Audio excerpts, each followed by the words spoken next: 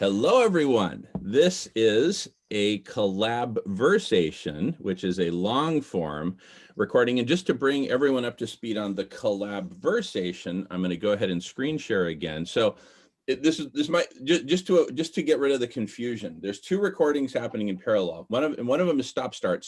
That's not this one. This one just goes. The other one is a Collaversation, a more concise form, seeking to be the first concisation ever, and seeking to be the concisation if it makes it. If it doesn't, okay, we recycle it and go back to the drawing board. But every day we're going to record a new concisation until we get it right, because we're flat out of time. We can't, whatever, and it's all good. It's all good. No, it's not all good. We need to get there. We need to figure out what's the strategy. So for the benefit of the Collaversation with a B, I'm going to screen share again, do a quick little review. Review is good. So what's going on here? Okay, we've created a new word, which is a mashup of these two words, collaboration and conversation. And the mashup creates the word Collaversation, a collaborative conversation. In this case, what we're recording right now, it's a long form Collaversation. There is a tighter form, which, by the way, will be contained within this one, except for that which we already recorded, which I'm recreating right now. So effectively, yes, it will be contained. And that's the same word, but minus the B. Collaversation. It's more concise.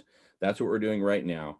And we're striving for concision. We're intentionally striving for concision with the Collaversation. And the ultimate expression of that concision is a singular thing called the concisation. This is the thing you're going to read about in the history books 200 years from now. And it'll be a concise statement of how humanity got its act together finally to save life on Earth in 2021. And I posit it'll be one story. It's not like there's going to be 10,000 different history books of covering 10,000 different competing whatevers. No, there was one way that we figured it out, and we did it looking back from the standpoint of the future.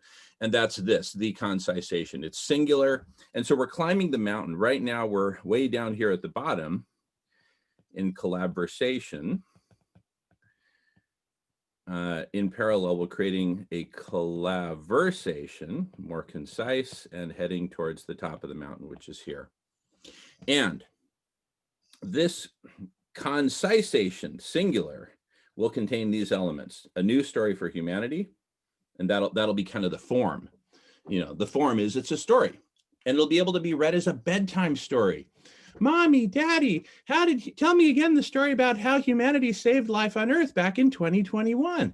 Well, the planet was overheating, people were starving, people were hoarding, people were fighting, fascism was on the rise, and ... right? So it's going to be a story. The story will have a goal, right? The concisation will have a goal. We're basically saying, okay, what kind of world are we trying to achieve, right? Next, it'll have a strategy. How are we going to get there?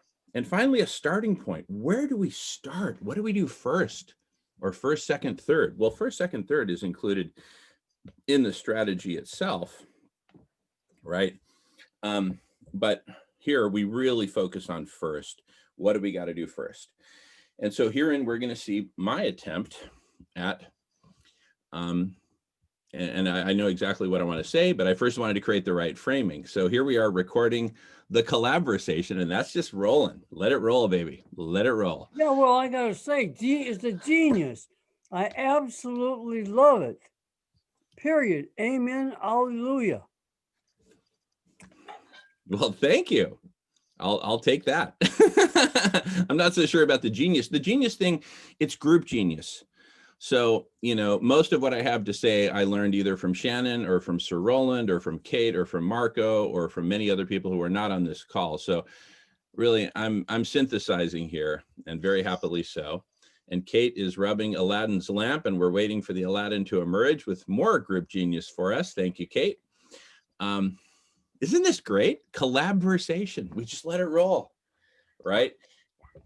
And so I'm ready to continue the separate and parallel recording of the Collaversation, which is currently on pause.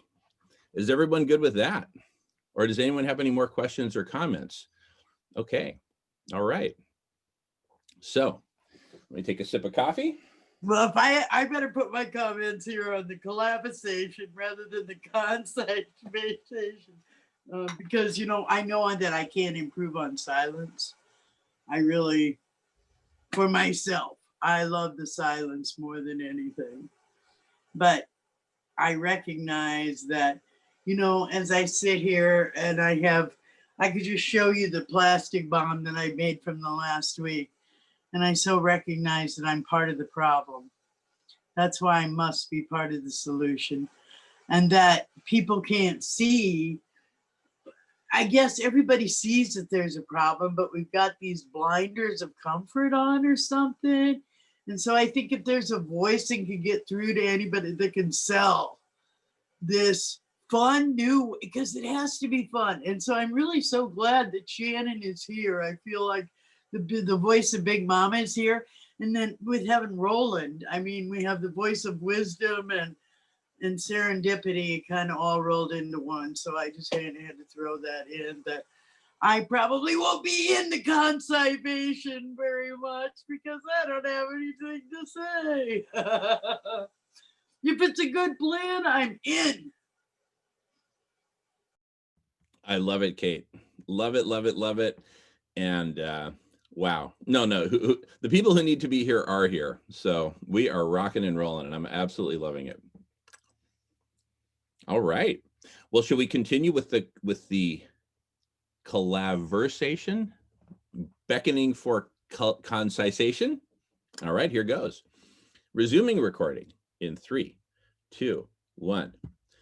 All right, after a pause, welcome back to this first attempt at the concisation. And so here is what I'm going to put on the table as my attempt at the concisation, spanning all these points. So number one, we need to identify, what are the major problems? We have exponential planetary overheating. I'm just going to start writing in shorthand form here because it's all being spoken. The planet's overheating, right? And it's just going through the roof, okay? This is one of the main causes of the Amazon being destroyed. The Amazon is burning, right?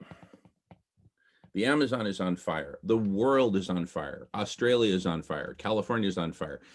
So many parts of the world. The world is burning up. We've gone from, and this is a subset. I'm going to use subset notation here. The Amazon burning is a subset of a much bigger problem, which I'm just going to call global burning, okay? We have graduated from global warming to global burning. And this is very important that we understand this. Now, there's another main driver of the Amazon burning, the destruction of the Amazon and the destruction of the planet, and that is animal agriculture.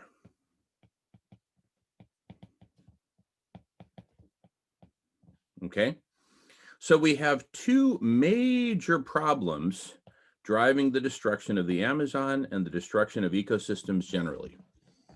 Exponential planetary overheating and animal agriculture.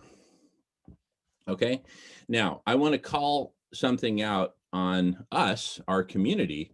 Earlier today, we had at least 2 hours of meeting on the Amazon. Did either of these topics come up? I wasn't there in that meeting, but I'd like to know, did either of these topics come up? I'm going to pause for a second while we sort out the answer. So I've paused recording on the Collaversation, concisation. Collaversation continues recording. So this is being recorded. Did it come up at all, exponential planetary overheating or animal agriculture? And what was said about either of those? Well, it's just the general gist of saving the Amazon is the fact that if we don't save it, we have no hope of avoiding planetary overheating.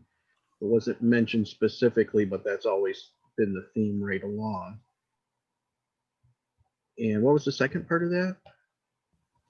Well, so I'm positing that there are two main drivers destroying the Amazon: exponential planetary overheating and animal agriculture. And what I heard you say is that, hey, we need to save the Amazon so that the planet doesn't heat up. So it's a little bit backwards as far as I'm concerned.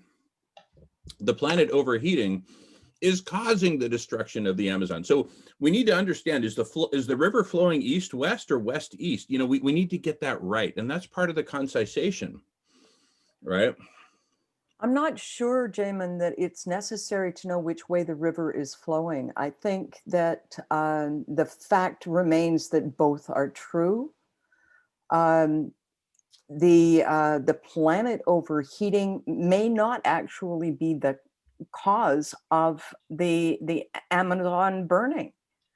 The Amazon is burning because people are choosing to take down the forest in order to plant crops that feed animals. And So that- it's not the planet overheating that's causing that. Okay, let me put it in okay, let me ask a parallel question. What caused the Australian wildfires? That could have been the planet overheating. Yes. Yeah, because But that's what I'm saying, is that it doesn't matter which way is which. Both are true. okay. That's a very good point. That's a very good point. Okay. And also, as far, animal agriculture did come up, and how by BJ kind of filled that part in a little bit about not having any wild animal weighing more than 100 pounds because all the larger ones will have been extinct.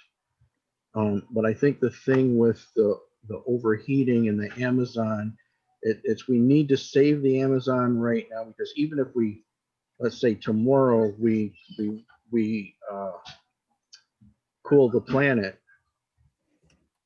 what's happening in the Amazon is largely man-made, people going in, burning down the forest, like Shannon said, both for personal gain, and like even the government is not doing its job. It's easier for them to let a few villains burn some forest so that they can say, oh, now we're going to come in and we're going to make the best out of this deal. Since it's already burned, now we'll just give it to oil companies, rather than have to go through a process where they legally, make forest land available for oil exploration. So, but the point is, even if we cool the planet as we plan to, as we will, if too much of the Amazon is gone, it falls into a loop where it can't recover. Yeah. So it's still important to do both things at the same time. Yeah, I agree. All right. No, really good stuff. So why don't we get back to the concisation, and then I can map all this out. And in that recording, please add your voice. Is that fair? All right. Resuming recording in 3, 2. And by the way, I'm just going to say it from time to time. I'll remind everyone, the Collaversation, the recording is ongoing. So everything I'm saying right now is being recorded. And now, welcome back to the Collaversation recording in 3, 2. And by the way, I always do the 3, 2, 1. So you can always say, stop. So, and don't hesitate to do that. Pull the cord at any time, say pause at any time. It's not a problem. Say either pause for pausing the Collaversation, say double pause for pausing both. Is that fair? Pause, double pause. Everybody clear on that? Okay, great.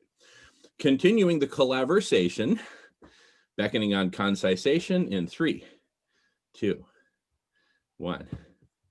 All right, we just had a little discussion about it. I'm going to attempt to synthesize, and I'm going to request everyone jump in and be part of the synthesis. So I would add then, the Amazon burning is a major contributor to exponential planetary overheating. Exponential planetary overheating is a major contributor to the Amazon burning. The more the Amazon burns, the more the planet overheats. Did you know that the Amazon is now a net emitter of carbon? it was a net sequesterer up until, I don't know how many months or years ago. It crossed a tipping point. It's now a net driver of exponential planetary overheating. So when you have this going on, the combination of these two arrows, this is a vicious cycle, right?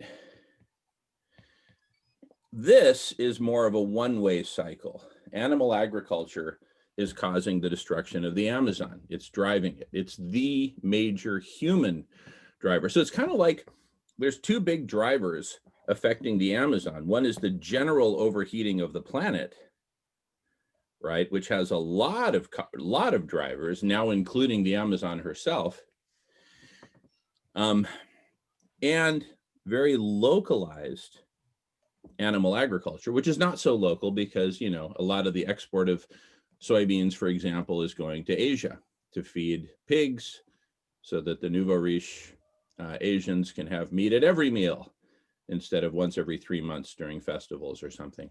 So, but bottom line, we got number one, number two. These are the two main drivers. And I don't care which is, you know, which is number one and which is number two. I mean, I care, but I don't care. The point is we need to recognize both, right? So, and actually there's another, you know, not just animal agriculture, it's probably the bigger right now, but there's also the palm oil, the palms that are being planted in order, try going to the grocery store and buying a cracker that doesn't have palm oil in it. And there's okay. so many products that have palm oil. So that's competing with animal agriculture as a destructor in the forest. Okay, so I'm going to put other totalitarian agriculture. Well phrased. Thank you. And thank you, Daniel Quinn, who came up with the term. Other forms of totalitarian agriculture, which basically means destroy everything. That's what's totalitarian about it. And then plant monoculture. And, you know, there's probably a fourth, which is oil exploration and all that. But number one and number two are very clear, right? I'm just going to put oil exploration. Okay, but number one and number two, we've got exponential planetary overheating and we've got animal agriculture. Let's identify other sort of, you know, phenomena, right? So let's make a short list. So we've got a short list here of topics that we need to focus on. We have animal agriculture, and we have exponential planetary overheating. Okay. And if we could solve both of these problems, if we could remove both of these drivers from destroying Mother Earth, my feeling is we would be, you know, more than 50% of the way there, at least in the short term, right? More than 50% of, I'm just going to put here just in very simple terms, of the way there, wherever we're trying to get. We're trying to get to a whole world. We still haven't completely clarified exactly what we mean by that. I think we all kind of get the idea. You know, everybody eats, everybody has shelter, people are taken care of, and we're taking care of the planet. And we're not doing animal agriculture. We're not doing totalitarian agriculture and all that. But I'm just saying these two really need to be front and center because the combination of the two is probably way more than 50% of the problem. Exponential planetary overheating is the #1 driver of most of our problems, including, you know, crop failures, droughts, wildfires in Australia, wildfires in California, wildfires in Greenland of all places, sea level rise, ocean acidification. It all goes together, but this exponentially overheating planet, that's the house is on fire. So I'm saying it in very concise, powerful terms. The house is on fire, exponential planetary overheating, and animal agriculture is adding fuel to that fire. That's my concise statement of the problem. And yes, there's a bunch of other problems that are all intertwined with that, right? And we'll get to all those. But first I'm going to pause. I paused the concisation. So, you know, am I missing anything from like the top 2 or 3? Is there like an obvious third one? First, I'd like to offer, Jamen, a short form for what it is that we want, the goal that we are seeking, and that is global thriving. Mm-hmm. It covers everything. That's what we want, global thriving. Good. You want to say that on the concisation? Sure. Recording in 3, 2. Kate loves it. Look at Kate. I haven't seen her happier since I got her that super dank, you know, bag of sativa. Anyway, recording in 3, 2, 1. All right, Shannon, you're on. Love what you just said. I want to offer a goal. The goal that we all desire is actually global thriving. For us all and Mother Earth to thrive together and going forward. Thank you, Jamen. I love it. I love it. So we have a goal of global thriving. We've identified perhaps 2 of the top villains right now, you know, that are taking us away from that goal: animal agriculture and exponential planetary overheating. But now we've got a good, concise statement of the goal. So let me go ahead and write that down on the board.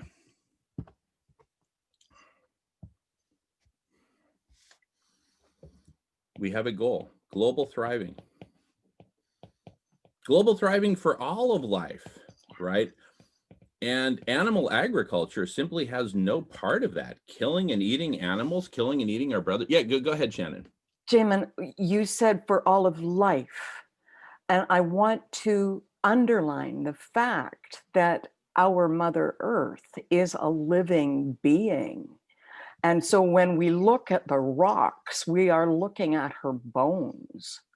She is as alive as we are. We just can't see her the way she can see us. Beautiful. Beautiful. I'm going to pause right there. See how powerful this is? We kick it around in conversation. It's all being recorded on the Collaversation. And from time to time, poof, a flower emerges and blooms. And we say, that's awesome. And so people will get the shortened version and be able to hear it in their time frame. And if they want to go deeper, then they can tune into the Collaversation. And I love that, Jamen. Genius, as has been said. Thank you. Thank you. You know, I went on a long jog yesterday and it was raining. I was the only person out on the roads for like 2 hours. I was just jogging, just kind of hashing it out in the rain and recording as I went. And this is what came to me. We need a concisation, right? And look, let there be 10 different competing concisisations, and let's have an Olympics of the concisisations, and let's find the one that we can all agree to. Can we agree to this? And then let's do it, right? But here's the thing: even if we don't have total consensus, right? At least we will have a stack ranking, right? Gold, silver, bronze. Right? Who won the decathlon? Bruce Jenner, right? But there was a lot more winners in that year. And so knowing that we are all taking care of the different parts.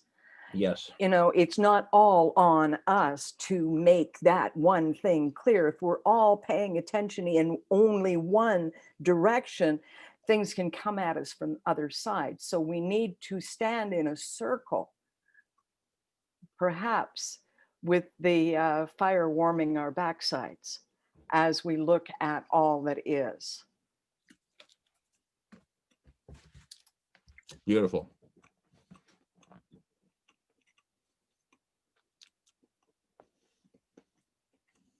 So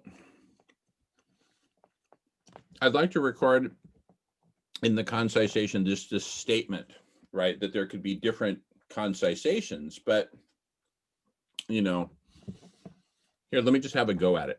Recording in 3, 2, 1.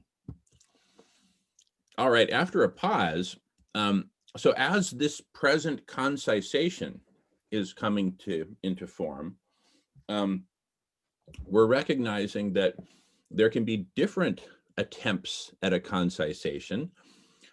And in a sense, those different concisizations will be competing. But I think in a more strong sense, they'll be collaborating, because they'll all be talking with each other. And we can have long collabversations like we're also having right now, regarding what should the concisation be, or should it only be one, right? And if there's like 3 major ones that are all doing important things in the world, okay, maybe there can be a synthesis concisation that says, hey, all 3 of these are valuable, and here's how the 3 are working together, right? So anyway, just a plurality of concisizations. It's almost like a dualism between plurality and singularity. Which is it? Well, there may not be one answer. I mean, listen, we are one Mother Gaia, right? We're all like little neurons firing within the giant planetary brain of Mother Gaia, which is singular, right? So Shannon, are you and I separate, or are you and I one, right? Are we all separate, or are we all one? Well, it's both, right? Yeah. It is, absolutely. And if we don't honor the duality of us, the separateness of us, we're missing the point. There's a purpose for us to have different reflectors. We are the reflecting, the sensory organs of Mother Earth, and allowing her to have the diversity of viewpoints that we embody is very important. Beautiful, beautiful, absolutely. I'm going to pause right there. This is so cool. What a great concisation that we're coming up with. Damon's found a new toy. I'm telling you, no, I came up with a whole toolkit yesterday, and we'll map this out in the concisation, but I came up with the following words. Here, let me pull up my list so I can rattle them off. So collaboration, there's one kind of conversation is what I call a non-versation, a non-conversation. That's like when Donald Trump gets up and starts blabbering off. That's not a conversation. It's a monologue. It's a monologue, and it's a venomous monologue in that. But it's anything but a conversation. It's not a collaborative. It's definitely not a collaboration, right? So there's different kinds of conversations. Another one I call a playversation, kind of like Sony PlayStation, but it's a play. We're just playing, right? We're playing some game, right? Blah, blah, blah. We're passing the time, while the house burns. Hey, let's play Monopoly while the house is burning, right? That's a playversation. It's not a collaboration, or a concisation. It's a playversation. So we can have a non-versation, a playversation, a domination, a dominating conversation where I'm dominating, putting you down, right? And that's an important distinction as well, right? I've had 2 major character assassination attempts carried out against me during 2020, both coming from the same general community of folks, and it was absolutely destructive, and it was seeking to dominate and squash what we're doing here, right? And I would like, this is not on the Collaversation, but on the Collabversation, I'm stating this, because I think it's very important to address domination in our culture, right? And the squashing of radical transformational goals, objectives, missions. And so I would like to invite the folks responsible for those character assassinations to come here and be part of the Collaversation and the Collaversation so that we can get to the root of it. Find out, how did that happen? We're not going to know until they're here, because we don't know what was in their hearts. Why did they do it, right? And these are unresolved character assassination attempts kind of smoldering in the background. And part of the reason I'm bringing it to the light in the Collaversation conversation that we're having right now is partly to send a message that the more those happen, the more I'm going to draw attention to it. And at some point, I may actually make public invitations of those people to join. Now, they can choose whether to join or not the Collaversation or the Collaversations, but but we need some tools for self-defense for what we're doing here, because it is so radical and it's overturning so many apple carts. You know, notably, there are some criminal organizations that have made death threats against me for the work that I've done with President Vicente Fox and other leaders for overturning the apple carts of criminal drug cartels, legalizing drugs, regulating drugs.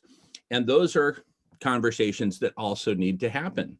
And at the appropriate times, I'll invite folks from those communities to join the Collaversation, right? Because we need to heal this.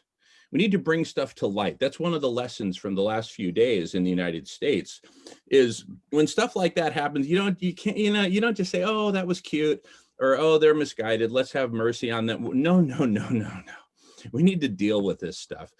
There needs to be exposure. There needs to be conversation, collaboration. We need to get to the root of it. And people need to know that you're not just going to get away with this. And the best thing to do is come to the table and let's work through it. A friend of mine has recently said many times, let's work it out, not fight it out. I couldn't agree more.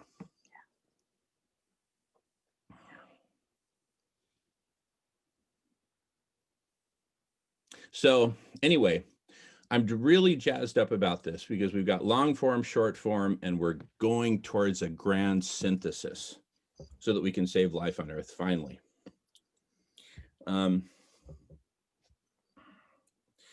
So global thriving, plurality. So I just paused it. Does anyone remember what I was just talking about before we paused? Was it the grand synthesis and different ones working together, or had we not recorded that yet? I forget. Kate. I don't think you had recorded that yet. Okay, let's go ahead and record it. And if it happens, if we double do, no problem. Recording in 3, 2, 1. All right, welcome back after a pause. We've been talking about how there might be different attempts at the concisation. Different ones that say, hey, we've got it right here, here it is. And then they display it. Let's say it's called that the concisation number 1, number 2, number 3, et cetera, all these different ones. And in a way, they can be competing with each other. But I think more importantly, they can be collaborating with each other. And who's to say we can't create some kind of a grand synthesis of the different attempts at the concisation? And maybe that grand synthesis would be the ultimate concisation. I don't know. But let's play with it. And let's create this sort of, international Olympics of concisation. Let's have different ones get on the stage and say, here's my attempt, and here's what it is. And I think the press conference can play a key role in that, right? In fact, let's prioritize concisisations. Do you think you've got a really concise statement of what we need to do? A new story for humanity, a strategy, a plan, a set of actions? What's your take on this? If you have one, if you don't, sit back and listen to the ones that are brewing, like the one that's brewing right here. All right. Well said, Jamen. Thank you. Going on pause. Whew, this is so cool. Right? I kind of feel like we're the artists, or we're like a team of artists. We talk about it and then we make a stroke. And then we make what a masterpiece we're creating here.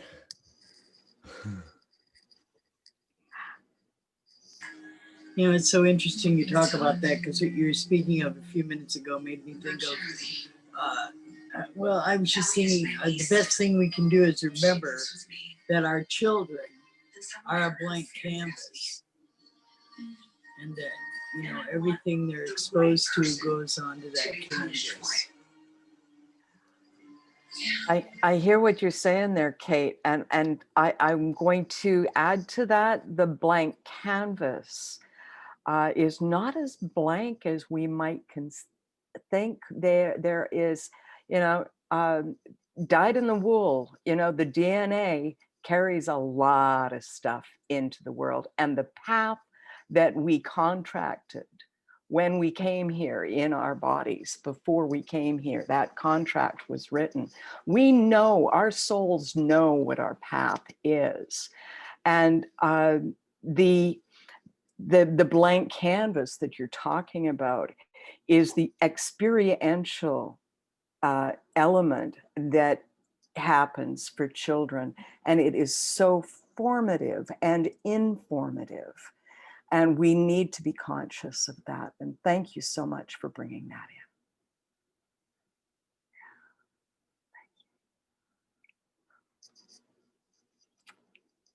Beautiful, beautiful. Wow. All right. So just reviewing before we continue to record. And in fact, let's only record when basically one of us is saying, ooh, ooh, ooh. I got it. This is worthy. This is worthy. Hell yes. And the Collaversation captures everything else. So just looking on the whiteboard here, I'll just go ahead and screen share it. Or the blackboard in this case. So the two main problems, animal agriculture and exponential planetary overheating. If we could solve both of those, wow. I'm positing we'd be way more than 50% of the way there towards the goal of global thriving for all of life on Earth, including Mother Earth herself. All right. So the next question is, where do we go from here? Well, you gave us 3 points, and I really appreciated that. The goal, the strategy, and the starting point. The goal we have agreed that is global thriving. I think everyone would have no problem agreeing that that is the goal that we as humanity need to seek. The strategy. Now, I touched on that earlier. In my view, it is circles, interconnected small circles of people providing their needs and their resources into the circle so that they're visible for all. And in that way, no one person ever holds all the power.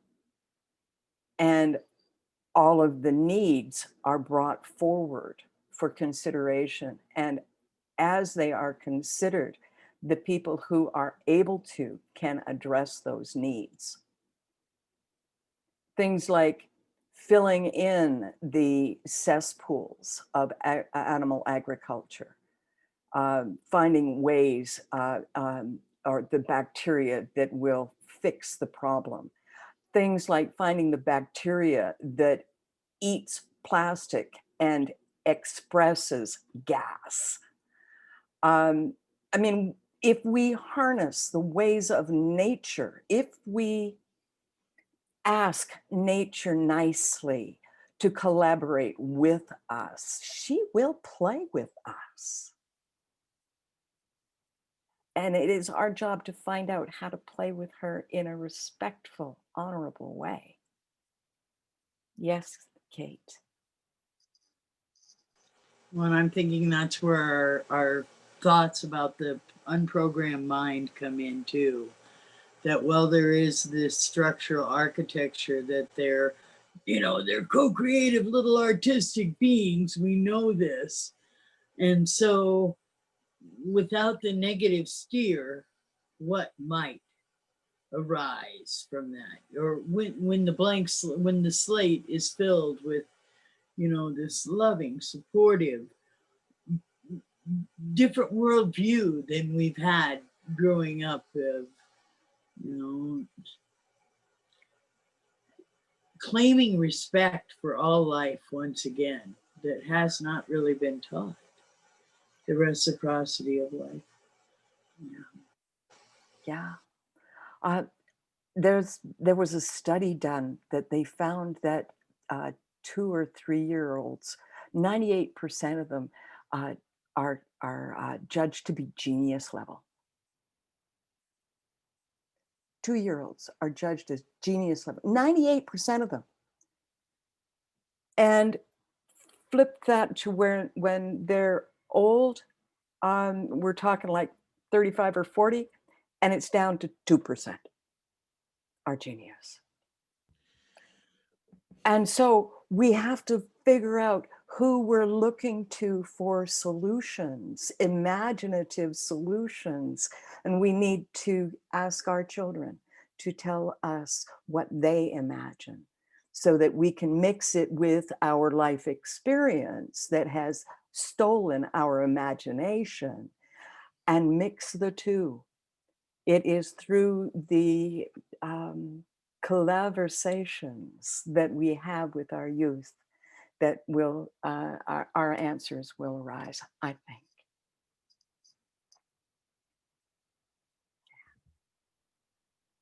And you know, the fact that the 98%, 96 of those 98 essentially get beaten down into submission by the current system. And I call that an organized crime against humanity as a whole, against the individual, and ultimately against Mother Earth, because what they're doing is they're beating to submission those who would protect and defend and heal Mother Earth through their creative genius, and including the more sensitive, the more creative, the more compassionate, the ones who are naturally drawn to collaboration. And so I would actually like to respectfully challenge the assertion that, hey, I think everyone would agree that the goal is global thriving for all of life on Earth, including Mother Gaia. The folks who stormed the Capitol don't agree with that. What they're basically saying is, hey, we reject the process of democracy. We reject this process that's that gives fairness for all. I'm not saying it was perfect, right? But they're basically saying we're going to take over with violence because we didn't get our way through democratic processes. We're going to use violence, and I don't think they want thriving for all. Jamen, I hear what you're saying, and what I get when that statement is made is that if any one of them was given, you know, a timeout and just sit and think about this question, how does global thriving look to you as a common goal? Would that be what you want? I believe that they would come back with, yes, global thriving would be the best for all, including me. So what they need, in my opinion, is to stop and think. And I think that that is what COVID has provided to us, is a time to stop and think. But people have not followed her advice to stop and think. Instead, they're going full bore for election. Hello. Well, but so here's the thing. Let me. Oh yeah, go ahead, Marco. Yeah. Yeah, I think also I don't think there's at least two different sets of people involved in supporting Trump. There's those that are from the militias, which I've overheard a lot of militia talk in my restaurant days, where the militias get together and they start drinking and then they talk too much. So you overhear these things, for decades already. Though a lot of them, they've just been waiting for a reason to use their training and their guns and their ammunition. They've been anticipating a civil war like it's going to be a grand adventure, rather than the horrible suffering it will be. And then the people that the other part of the people, the storming the Capitol people, they're not saying, like you said, that at least I don't believe that they really think that what they were doing was against democracy. They've been repeatedly told by Trump that democracy was stolen from them already because of the election. The election, it was stolen, and now you need to fight to get it back. And as stupid as the stuff coming out of his mouth is, people think it makes sense. So they're not, you know, there's a large part of them that are not thinking that they were doing anything against democracy. They think they're rescuing it, which obviously is not the case. I think I'm complete there. I have a great amount of skepticism about all that's going on. I am not a political creature at all. And I have looked on, I've seen some things that disturb me. Things like media coming out with the same phraseology, the same choice of words over and over and over again. And you see a panel, like a Zoom panel of, you know, 100 different journalists using the same words that are calling Trump down. The ability for media to chop and change and use this phrase out of context. I'm afraid that we may have been misdirected rather amazingly. The size of the tsunami of information that has come at us about how bad Trump is, I question that. I don't know. I know people who really feel absolutely firm that he is not what the media says, and the media is highly questionable these days. And so I am not going to point any fingers. I am just waiting and seeing. Thank you.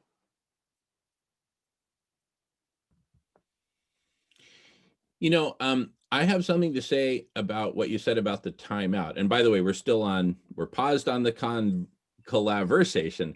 So we're at pause 1. Pause 2 is everything's paused. So the Collaversation continues recording. So when you talked about the timeout, that, you know, we needed this timeout, and that if everyone just had a timeout, then they could, you know, really come around, for lack of a better word, and say, okay, yes, we need global thriving for all. So we had the timeout. And of course, I've been extremely active throughout the timeout. We've been extremely active. And it was during that timeout that two character assassination attempts came at me from within the transformational community, from within a very specific sector of the transformational community. And they were absolutely vicious and brutal. And among the slander, which was the weapon of choice for the character assassination attempt, among the slanderous claims were that I had misappropriated a whole bunch of personal information from a whole community of people and was using it for malicious means. Totally false, totally baseless, and totally false. Number 2, that when I said, hey, excuse me, I did not do that, please correct for the record, I was called a liar. And some evidence was put forth, which was no evidence at all, which was one email to one person, and they alleged that I had sent that email to a whole bunch of other people, which was totally false. But that was their evidence, right? Trump says he has evidence. So there's a lot of parallels here between large-scale organized crime and the kind of organized crime that I was a target of within the transformational community. And the third wave of slander was that I'm a racist.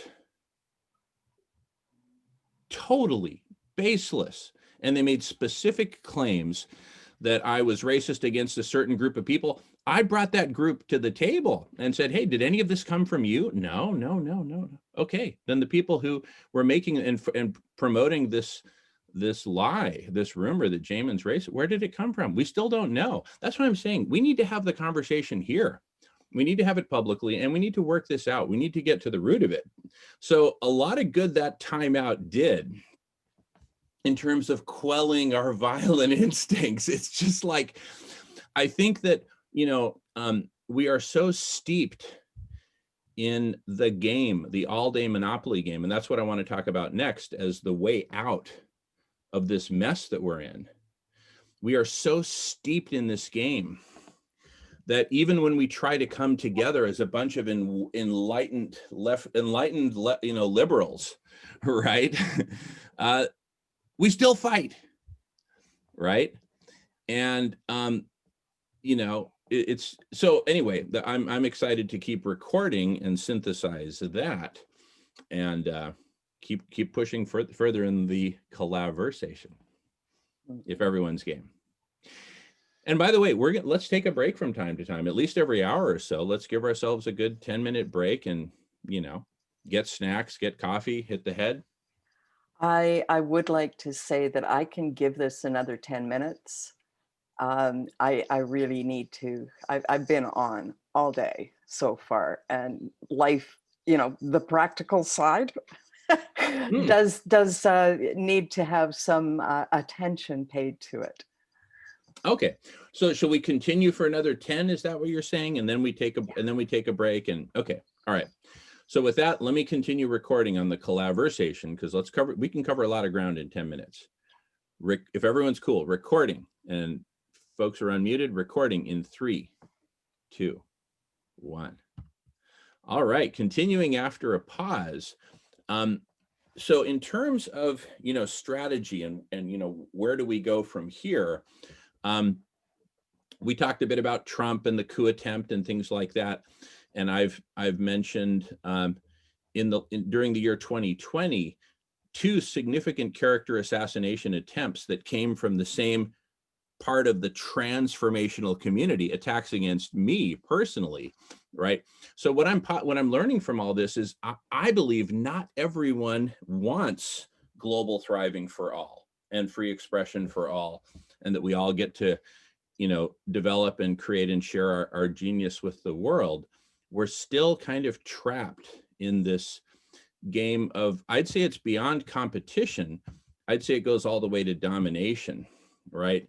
So I wrote here some notes, relative to this goal of global thriving for all, which I subscribe to, and I think all of us do.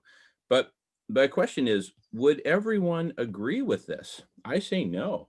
We started talking a little bit about power, human needs, solutions, things like that, the unprogrammed mind. I think there are people who are trapped in a game, in a quest for power, and a real dark shadow side of that is domination, right? And so, like genius babies born in the most violent Brazilian favela in Sao Paulo or Rio, right? We might be born these beautiful geniuses, but over the course of abuse, which probably starts at home in many cases, and then throughout the neighborhood, we go to the dark side, right? And we all get lost in this what I call this all-day Monopoly game. And if as a kid you ever played an all-day Monopoly game, you know how consuming and how brain damaging it can be. So I really think that among these pillars, we've got now 3 pillars or 3 main points: animal agriculture, exponential planetary overheating, a goal of global thriving. I think another major pillar is the game of Monopoly, the game of hoarding and domination, right? And, in the case of Trump and the latest coup attempt, Trump is absolutely 100%, scores very high marks on both hoarding and domination. And I think a lot of his followers who have lost at the game of hoarding are now joining his train of domination and saying, okay, we're going to dominate everyone else through violence. We're going to kill people. We're going to take over. It's us versus you. And so I really think this all-day Monopoly game needs to be addressed. We need to address this as a really significant problem.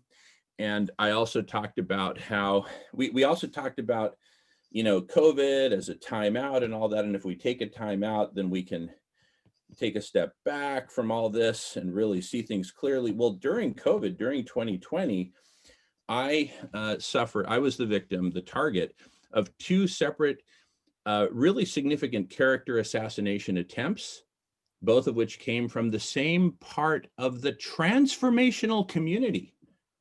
The community that says, hey, we're here to transform and save life on earth and all that.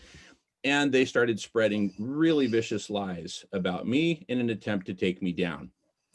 Two major attempts. So I really think we need to address the root cause of it, which is this game of hoarding and domination. We need to break out of that.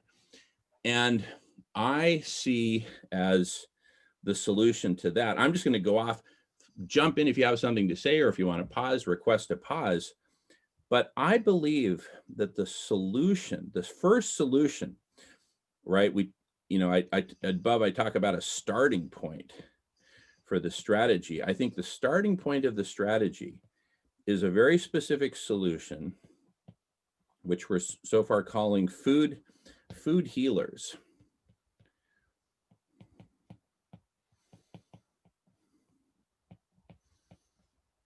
Feeding everyone plant-based foods, food healers. You're all aware of it. We'll link to the video that we've recorded some concise videos about it. We'll link to those. And it is a really, so, and I think the strategy, now let's talk strategy. This is a key first step in a strategy that I'm going to represent as following dominoes. The first domino is food, feed everyone. The next one is shelter, housing for everyone, a roof over your head. Another obvious one is healthcare, including COVID. But what's really interesting is food is the number one part of healthcare, right? Feeding everyone a nutritious, immune-boosting, plant-based diet. But also, see, food healers includes delivery of food right to where you are, right to everyone's homes and neighborhoods, thus obviating the need for people to leave their homes and spread COVID, right? So food is really, it's not just number one, it's number one and number three rolled up in one, right? And so I would call healthcare, this domino, I would call it the rest of healthcare, right? Beyond food, right? And then you have things like, for example, transportation, meaningful work, including volunteer opportunities. Right now, there's very little meaningful work out there that makes money. There's a whole bunch of evil things that make money. Chopping down trees, animal agriculture, making guns. Anyway, we need meaningful work. And, the food healers is also meaningful work.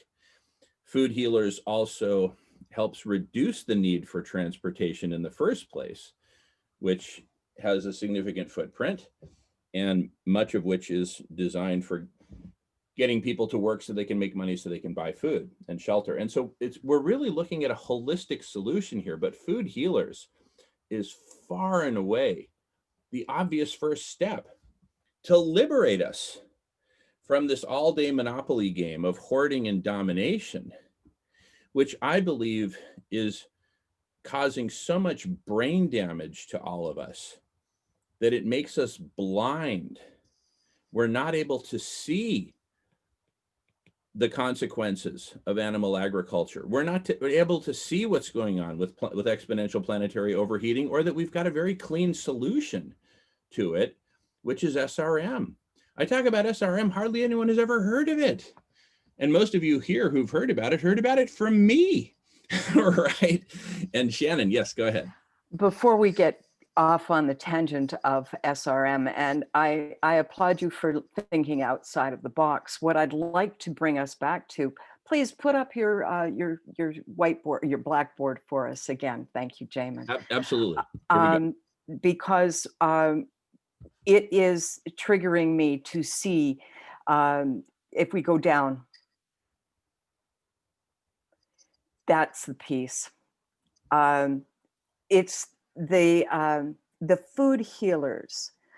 What jumped into my awareness is how I see the structure that would support food healers, which is how do we get the food into the food healers, and how do we give people the other elements that are necessary for human beings besides food, which is community and doing meaningful work together.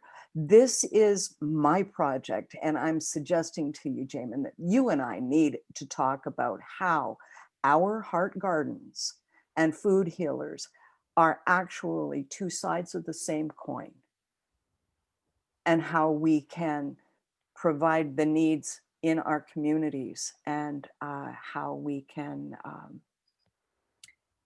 help individuals to find the path that is entirely theirs, that leads to the greatest good for all that is and global thriving. Wow, beautiful. So what would be the first step in your mind? Is it food healers or is it something else? I know that you're working on food healers, and that allows me to be comforted in that.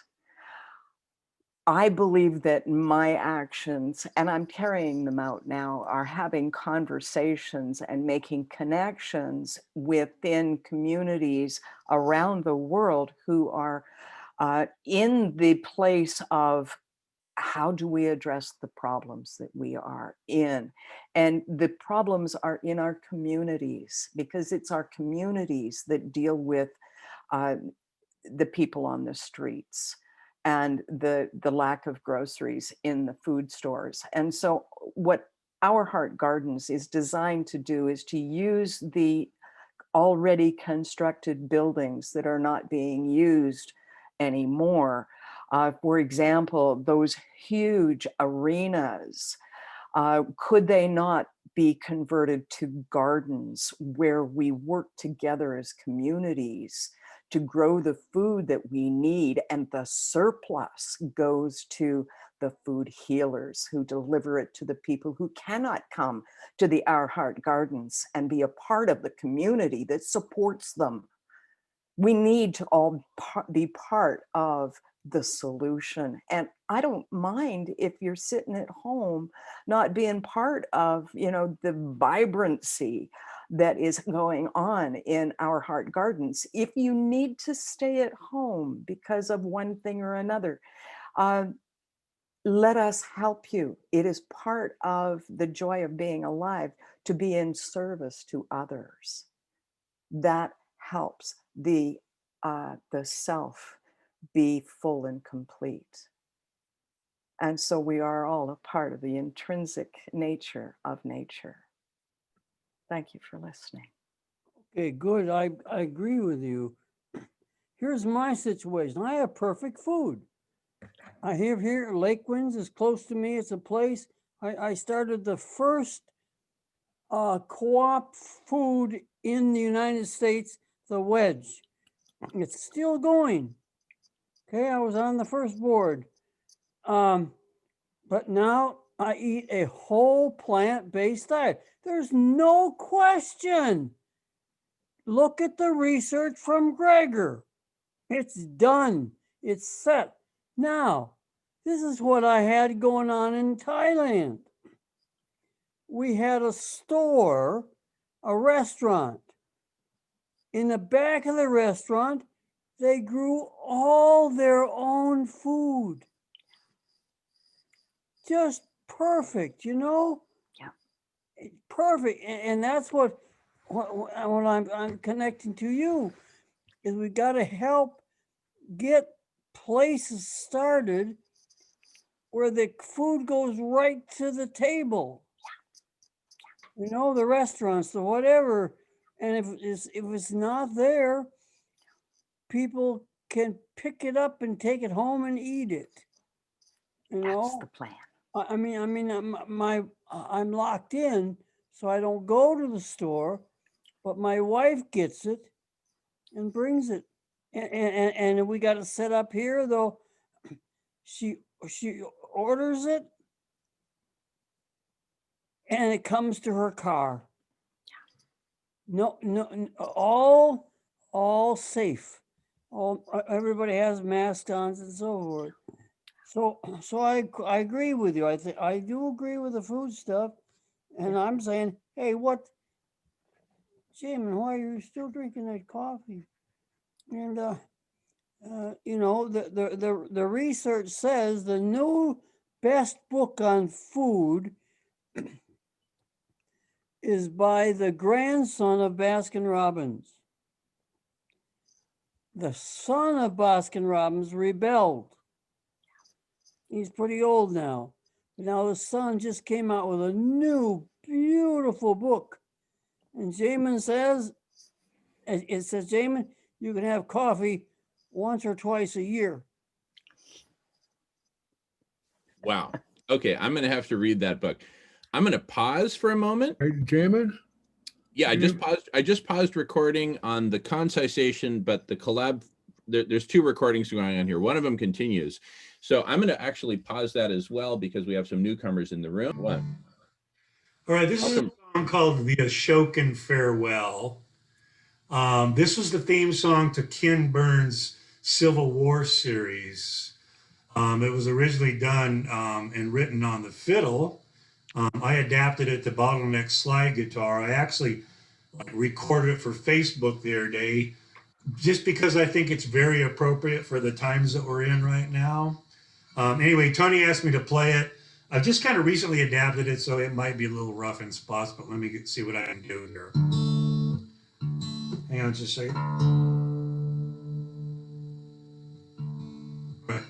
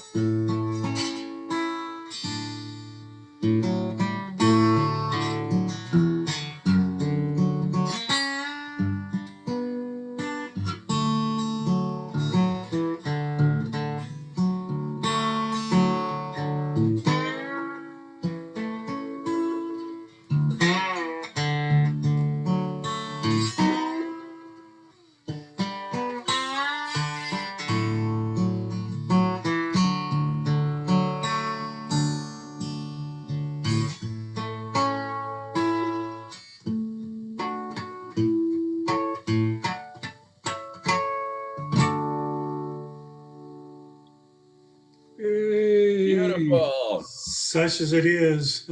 Beautiful. Brett. Thank you, Brett. Thanks for having me. You know, I would like to revisit this room at some time. Tony's been telling me about some of the stuff that goes on in this conversation room. So I would definitely like to revisit. And as I told Tony, I'm in the process of retiring. So I'm going to have more time on my hands during the day. Woo! Congratulations, Yeah. Brett. You What's lived that? through it. Congratulations. You lived through it.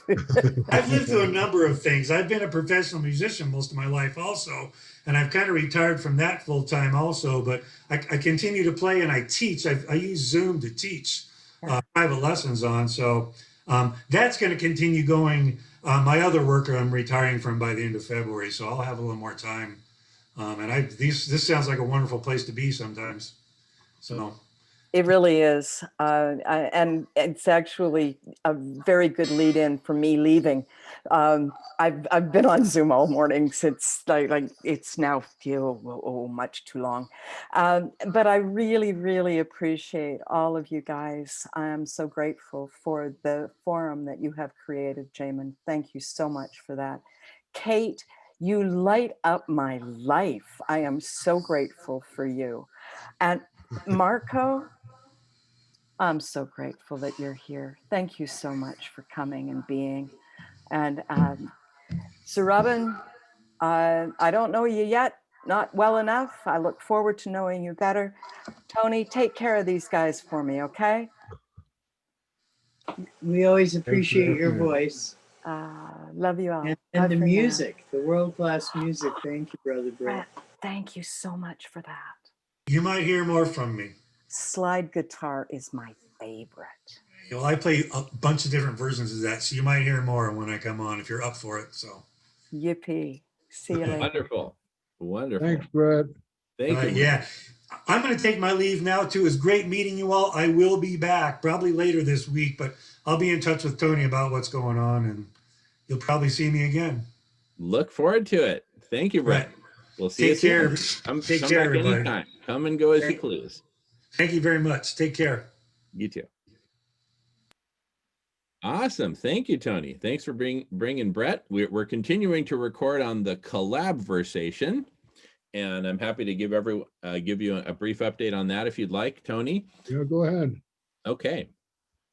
And we've paused recording on the concisation or the Collaversation. Anyway, some new words. I'm going to get Tony up to speed, and we're continuing recording on the Collaversation, which is the long version that we're recording, where we basically record everything. But in parallel, we're doing a more concise version, which we stop and start. So giving Tony an overview, and please ask questions, Tony and everyone, questions, comments as we review this. So we're starting with creating some new words here. So one is a mashup between collaboration and conversation. And it's called Collabversation. And that's what's recording right now in its long form. Okay. In other words, just record everything, within reason. Obviously, if you want to pause, just say pause. Pause recording and we'll pause. And where we are now is we're in a more concise version of that. We're not recording this yet, but this is stop. This is stop start. I'll just put start stop. We're only recording the concise portions of this where we really want to say something powerful. That's the Collaversation. You are here. And you are here. You're in both places right now at once, actually. Right? And the Collaversation, it seeks to make things really concise and really boil it down. And the ultimate expression of this is something we call the concisation.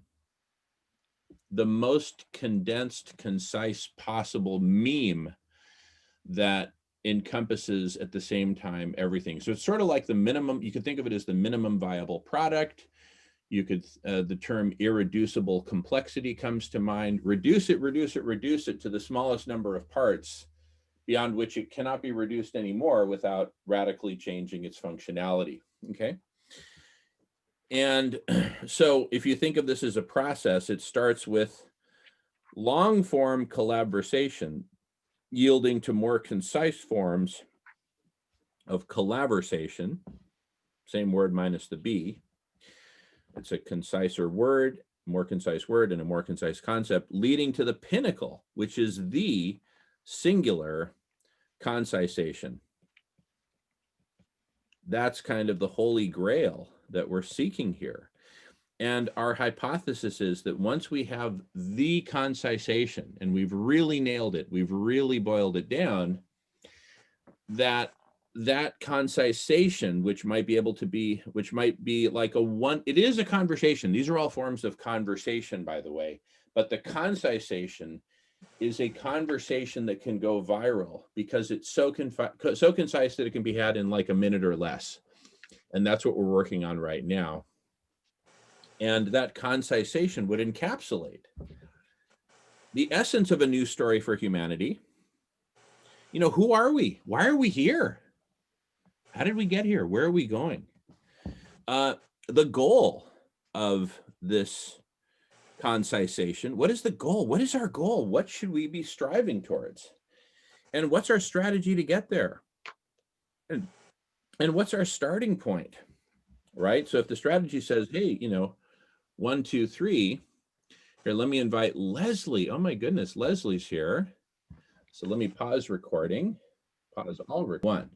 All right, welcome back to the Collabversation, and we will intermittently record a separate parallel recording, which is just kind of the bursts of inspiration and synthesis and powerful concepts. So feel free to say, hey, record for the concise Collaversation anytime you want. And I'll just do it from time to time since we're recording anyway. If you want to pause all recording, just say pause, pause, and we'll pause. All right. So Leslie, you haven't had much of an opportunity to express yourself, and I'd love to hear from you, hear what you're thinking about all that we're talking about, plus anything new you'd like to contribute. So Leslie, please take it away. So beautiful work.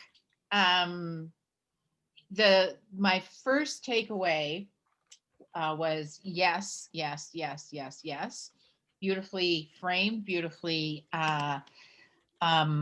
pointed in terms of its direction.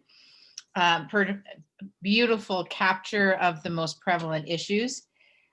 I actually think the two issues that are before these issues, or part of these issues, are the fact that people don't see themselves in the problem, or they don't see themselves in the solution. And so when I think about human engagement, everything you're saying has science behind it, has common sense behind it, has all of the right benchmarks of, yes, this is a prevailing argument. When it comes to us as humanity embracing it, that's where I think the tricky part comes. It's also the really exciting part comes, but I also think it's the tricky part in terms of helping people see themselves in the problem and see themselves in the solution. That's my immediate takeaway from this. And I mean, all of us are mindful of our footprint. I mean, when I say I'm mindful of my footprint, I'm mindful of where I pay attention, I'm mindful of the actions I take. I am one of 8 billion. And so the question for me is how do we connect the dots that are already happening around this prevalent argument and strategy? And how do we ignite the flame that needs to be ignited? That was my first reaction. Beautiful. Beautiful. Love it. I have some thoughts to by way of answer, but first I want to let other people have a go at the talking feather. Well, I think that kind of speaks to that overall blind spot place that we're talking about, of why people cannot see this. Because I hear you, Leslie. I mean, every action I take, although I make these plastic bombs, and in 2 weeks' time, I will have filled up an entire sack, even though I try to be conscious. But at the co-op now, you can't refill your containers anymore because of COVID. Mm-hmm. So, I mean, it's just exponential, the feedback loops that we were talking about. But I do also want to mention that one more 90 minutes ago. So as I speak about my plastic, I know I'm this consumptive. I know I'm part of the problem, but I also know I'm part of the solution. So but this blind spot of why we can't see the imperative and the need for action now is perplexing to me. That people can just go on about, it's like, how can you even order another coffee cup? Oh my God, take your own.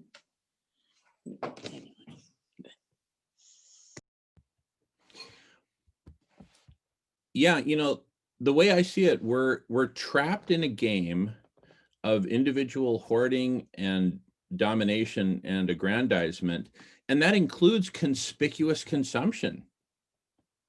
You know, heaven forbid you should be caught out in public, you know, with a used car. We all need new cars, shiny new cars, big McMansions, new clothes, right? And because that's part of the game, that's part of surviving this brutal game where literally the penalty for losing the game of hoarding, the all-day Monopoly game, is death by starvation. And in the process, organ failure, your body falls apart, you're emaciated, you're homeless, right? You know, I mean, it's just the most humiliating way to go. So we're all terrified of that. So that's why we're all just fighting so hard to win at this damn game of all-day Monopoly. And that's why for me, the starting point is food healers.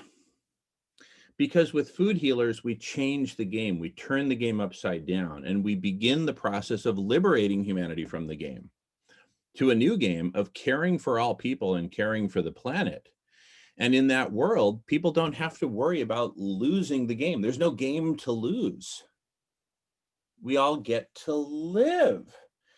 And in all of us getting to live, we get to then be these creative, beautiful geniuses that we were all born to be, rather than gang members in some gang warfare or other happening within the all-day Monopoly game.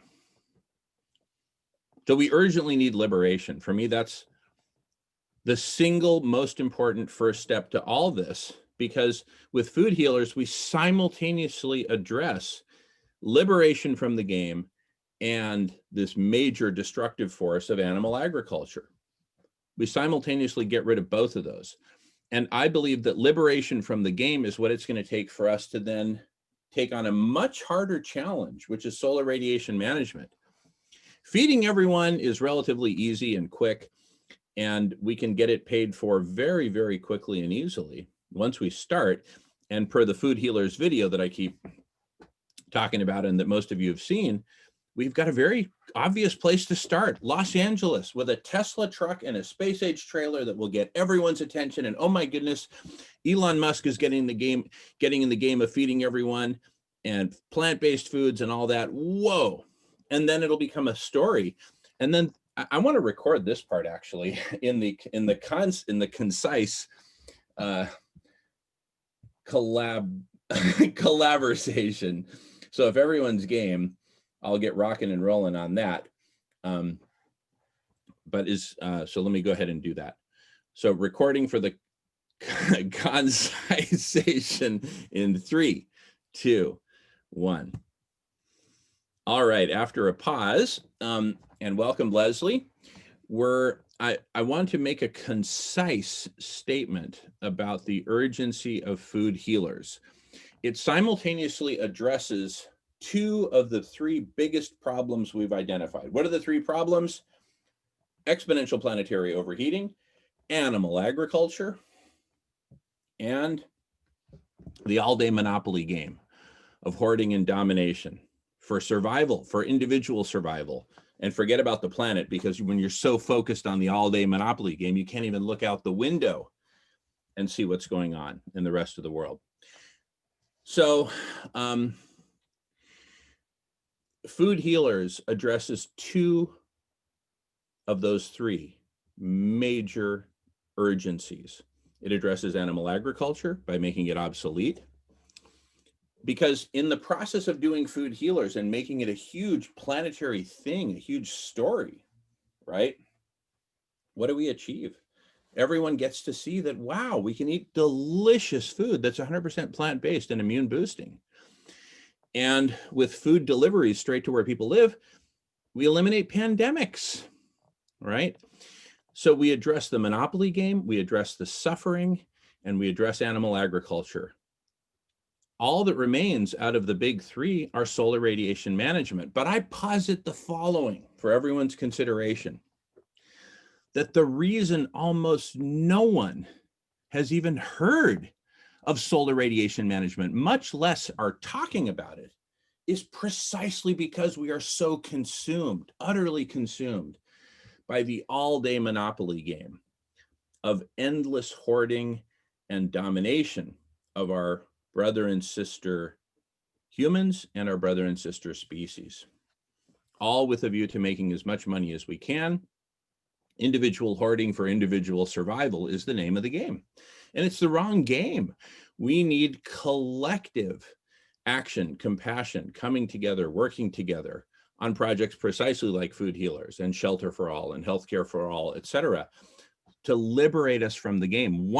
Here's the key point, as we become liberated from this all-day monopoly game of hoarding and domination, then we'll finally be able to see solutions like SRM for what they are. Absolutely vital and crucial to stop this exponential planetary overheating and reverse it. And with that, I'm going to pause for a moment. See, pausing, see, I got that burst out, and then I pause within the Collaversation. Within the long form Collabversation, we continue to record. So I absolutely agree with everything you're saying. I have two tensions that I'm experiencing. One is how the frig do we get going? Because that's part of the quest that you have is a starting point.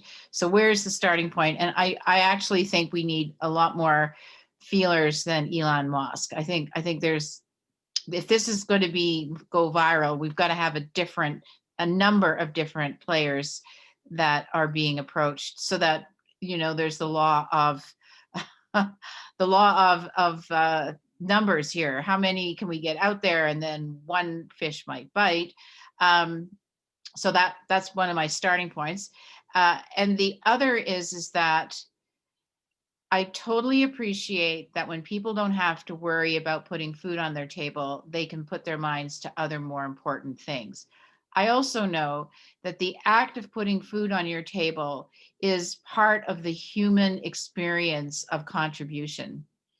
And that we as humans in this generation, and maybe in second generation from now, third generation from now, we won't need the psychological requirement to feel like we're contributing to our family. That contributing to the larger human family is where we need to focus. But I think we're still in generations of society that see that how I keep my family alive and functioning is an important role that I play. And when I can't do that, I am not contributing. So there's something here about the human need to contribute to their family survival that psychologically, I think, needs to be addressed. And maybe it's for all of what you're receiving, you contribute so much more into your community in supporting long-term care folks that need human contact, that need, I mean, there's a caring society here that is being built. I just think that the weave of that becomes an important element to not just taking, you don't have to go and get food. Okay, but how do I psychologically reconcile my contribution to society then? Yeah. So I'd actually like to record both a recap of your question and my answer. Do you want to record the recap, or do you want me to? Who's recording? So just to be clear, there's two recordings going on in parallel right now. Yep. One is recording as we speak. That's the long form where we kind of record everything. Yep. The other is the concise form where we just record little bursts. So I'm about to record a burst. Yep. Good. Within that burst, I want to do a recap of your question, or I'm offering you to do it. And I just want you to tell me, Jamen, I want to do the recap, or Jamen, you do the recap. I want you to do the recap, because then you're framing it the way you're going to answer it. Perfect. Recording for the concise, the concise version in 3, 2, 1. All righty. After a pause, Leslie put on the table a question, which is, hey, isn't it an important part of the human psyche that, each family, people in their family are out there working to put food on the table for their family? And if we take that away, wouldn't we essentially be doing some kind of harm to this very important cycle? And if I'm not saying it the right way, just please interject and edit. What I would say to that is, imagine that you were going on a multifamily camping trip, just as an imaginary scenario, which we've all done, hopefully. And on that camping trip, there might be certain folks whose job it is to cook the food for everyone, and other folks whose job it is to get firewood, and other folks it is to do laundry, and other people have the job of just playing and having fun, like, little kids and elders, for example, or sharing stories or whatever. But my point is that the provisioning of food is something that the whole of us contribute to, each of us in different ways. And I think seeing the unit as the family is actually part of the root problem that we have of separation. Hey, me and mine, me and mine, me and mine. And each family then becomes essentially a competitor with the other families. What if we saw the community of all of humanity as the singular family? And therefore, food healers is a natural way of addressing everyone's need for food and making it not a competitive thing where I get to eat and you don't, but all of us get to eat. And then contribution can come in the myriad forms of contributing to that. If you've got a community garden in your neighborhood, great, that's a wonderful way to contribute, but grow food for all, right? If you're delivering food to everyone, you're contributing in that way, not just to your family, but to all families, right? And but let me we're still recording until we pause. On the concise version, what anything to say before I pause on that, Leslie? Take your time. So humans that, in my understanding, they see themselves in collectives. So I appreciate that some very strong, self-centered individuals might see themselves as the entire collective. But a way of civilization, and I'm not suggesting that it be continued, I'm just suggesting it's in our DNA and it's in our current genetic code, that we see ourselves as part of a collective. And that collective is something that we need to be able to see and touch in order for true exchange to take place. So even if I'm cooking, which I did for thousands of people for 9 years on the Camino de Santiago, I experienced the exchange in human ways of what I was contributing and what they were contributing in eating that food and in sharing their stories. And that's the human form of exchange and the human sense of community. So food is such a central part of our way of expressing ourselves, of our way of communicating with others, of our way of sharing. I just don't want to lose that in what could become a mass, trucks of food prepared in mass kitchens created by mass gardens, and it's sent to mass neighborhoods.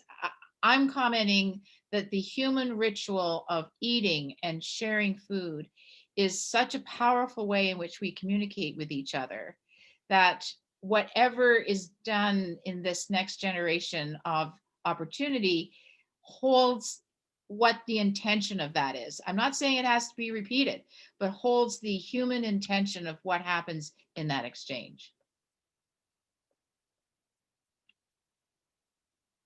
Very good, very good. So one important point of clarification is that with food healers, what I'm not proposing is that we outlaw individual families, growing their own food, preparing their own food, procuring their own food in their own ways and all that. I'm not proposing that at all. What I am proposing is that we make food available to everyone, and it's up to the individual or the family or the community to either accept that food or say, no, thanks, we're good. Please, carry on, keep moving, but don't stop here, right? So having said that, I'd like to know from you, are you fundamentally opposed to this food healers and making food freely available to everyone? I'm not opposed to any of it. I'm not opposed. I'm saying that by creating such an opportunity, one also needs to respect the human characteristics that are part and parcel of today's reality, that we can't just go and say, okay, so the unit is no longer the family. The unit is is not just your neighborhood. The unit is all of humanity. I'm commenting that as visionary as that is, that people still need much more effective community, close contact with others, a sense that they're building something with others that they have human contact with.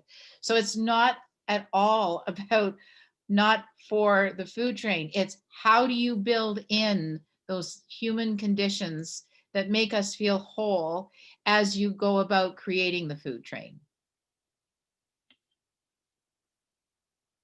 Beautiful, beautiful. So yes, do the food train and be very thoughtful and conscious about it and holistic in its design and implementation.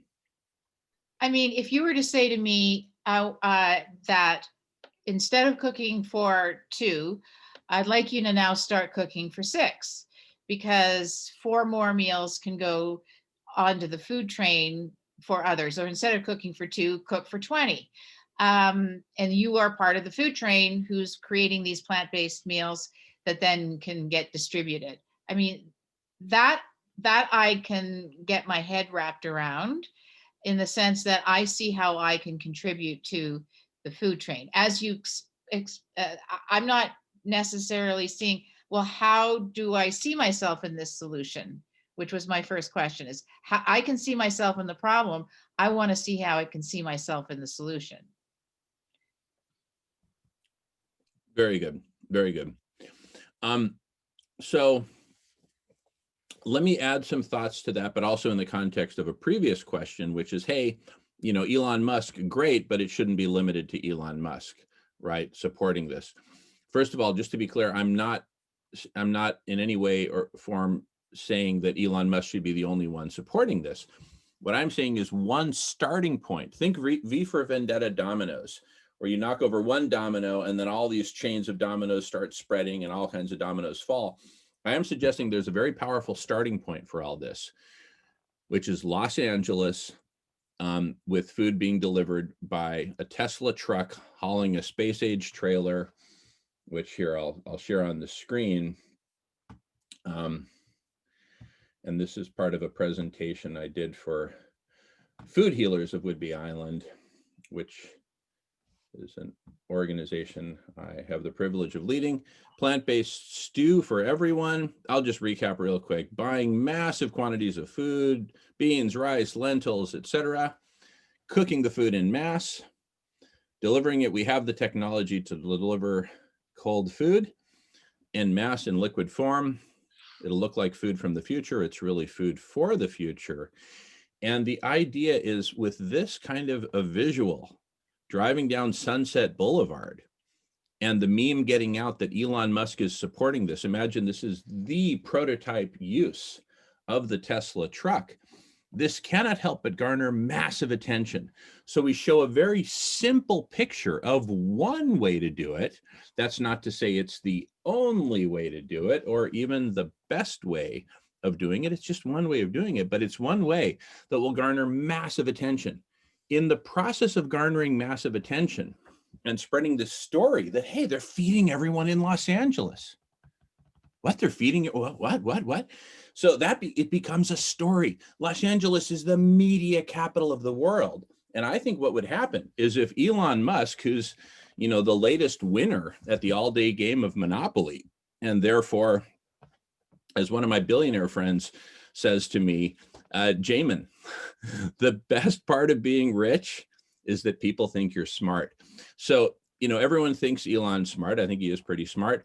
But anyway, bottom line, he's the current winner, not just at the game of Monopoly, but the game of being smart and being creative and great and all this. So you're going to have all these Hollywood millionaires, 100 millionaires and billionaires saying, whoa, if Elon's behind this, maybe I should get behind it too. I certainly don't want to miss the bus. There's this fear of missing out. So I think what's going to happen is a lot of these Hollywood heavyweights are going to get behind this and start writing checks and contributing and saying, I love it. And all. And see, veganism is this up and coming thing. This is going to be a huge push. The vegans are going to be the volunteers, and they've already signed up. So there's Los Angeles is a hotspot for veganism. It's a hotspot for COVID. It's a hotspot for billionaires. It's a hotspot for human suffering. And it's a tinderbox waiting to get kicked over with the next wave of violence if we don't stop it in its tracks. So I'm just saying Los Angeles is ripe for Agreed. starting not the solution, but a solution that looks like this with the Tesla truck. Yes, Kate, go ahead. I didn't mean to abruptly interrupt you, brother, but I'm just saying I don't think you're addressing what Leslie's biggest concern is, you know, this has to come, this this movement has to come with some kind of sociocracy, some kind of time banking, some kind of worth place. But you know, to hear Dr. Rao talk about how food started being marketed in India, you see how it just took away from ordinary life. And so if you can just sell ordinary vital life, you know, if this, but you know, once you can, I know you can't go back. It's not like our complex world is not going to be more simple. But oh, I battle with it all the time. Like I think I'm going to even turn off my computers and things for a while. Oh my God, what if I need another one? My little phone doesn't work half the time, but I think, oh God, I've had so many in my life. This has got to last me my life, won't it? you know what I'm saying? It's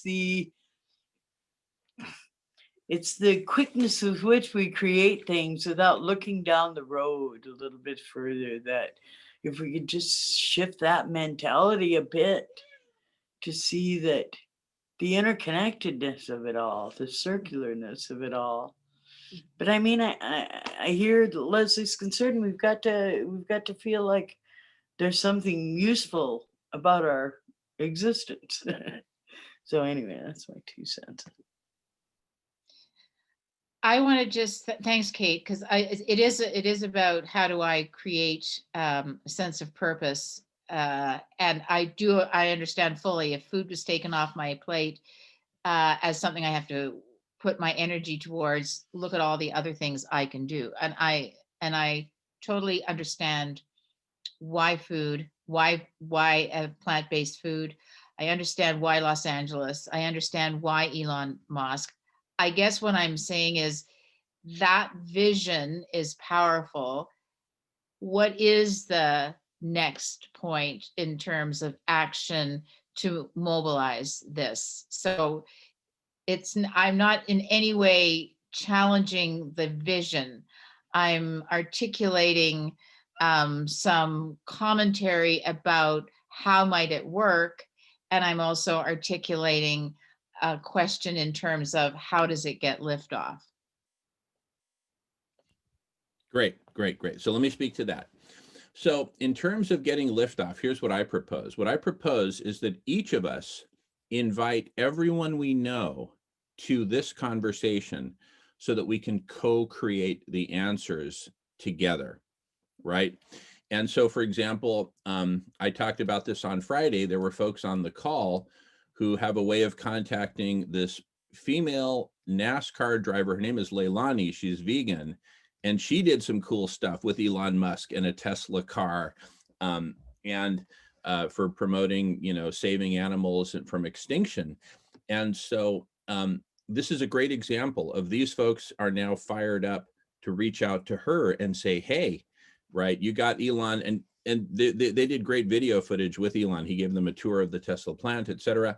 So she's got access to Elon. She's a superstar. How do we get her into the conversation? Likewise, there's a whole bunch of people who need to come together into this conversation so that we can make the launch in Los Angeles an actual thing, which I believe is the single most urgent thing we can do to save life on Earth, because here's how I see it happening. And that's why I ask, are there any challenges? Is there anything that anyone would recommend that we do differently?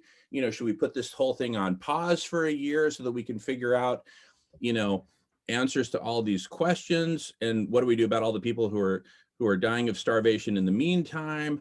All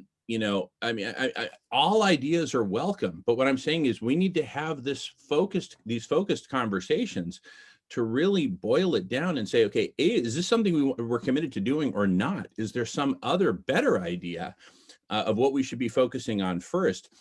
To the extent we agree this is the thing to do, okay, then bring everyone here. And between the main room and breakout rooms, we can figure out all the pieces to actually get this thing launched. So I think the first step is building this community, expanding upon it until it becomes this massive movement. And then we make Los Angeles happen. And then here's another key point I want to make is, as we get this going in Los Angeles and we eliminate hunger and malnutrition in Los Angeles and we promote veganism in a huge way, I think we're going to observe some very tangible results in a very short span of time of stopping the spread of COVID, drastically reducing crime and violence, right?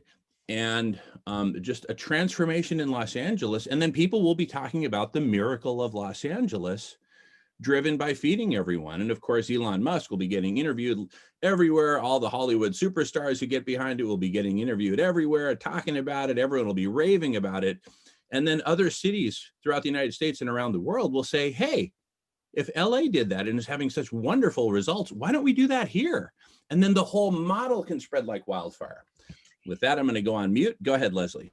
Okay, so one of the things that I've learned about cities is that if it's not created by the people in the city, they find ways of rejecting it, even if it's a great idea. So my question is, how then? It's like no cities want to be saved. They want to co-create their future. So they want to feel that they're part of, that they were there at the creation of this. And so I guess part of my strategy headset on this is that the idea itself needs shaping in terms of what's the problem they're trying to solve is feeding people so that they're not worried about food, they're not moving from place to place, spreading a disease. I mean, those are the criteria of the solution. And then you say to the city, to the people you're gathering, how can we best solve that? Do we ask all of the restaurants that have shut down due to COVID to be part and parcel of this food creation? Do we, I guess I'm coming into the how will it work too much, but I think that 2 points I want to make is that the place that you want to land this need to feel part of being the solution and see themselves in how that got created.